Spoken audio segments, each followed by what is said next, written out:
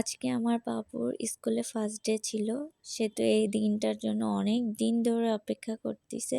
প্রতিদিন আমাকে বলতো, আম্মু কবে আমার স্কুল শুরু হবে?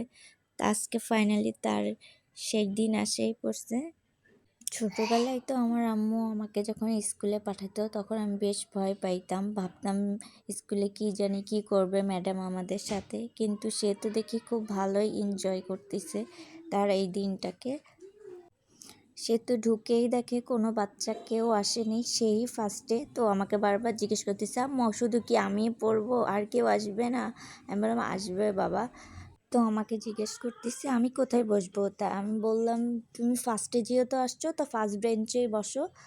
তাদের ক্লাসরুমটা সুন্দর করে বেলুন দিয়ে সাজানো ছিল, তাই সে ভাবছিল এটা দেখে যে হয়তো কারো বার্থডে হয়েছে। তো আমাকে জিজ্ঞেস করতেছে, আম্মু এখানে কি কারো বার্থডে হয়েছে? বললাম না বাবা, আজকে তোমার ফার্স্ট ডে, এর জন্য বেলুন দিয়ে সুন্দর করে সাজায় রাখছে ক্লাসটাকে। একটু পরে এক এক করে সব বাচ্চারা চলে আসছে ক্লাসে। আজকের দিনটা স্মৃতি হিসেবে রেখে দেওয়ার জন্যই মূলত ভিডিওটা করা। আপনারা সবাই আমার বাবুর জন্য দোয়া করবেন। সবাইকে আল্লাহ হাফেজ।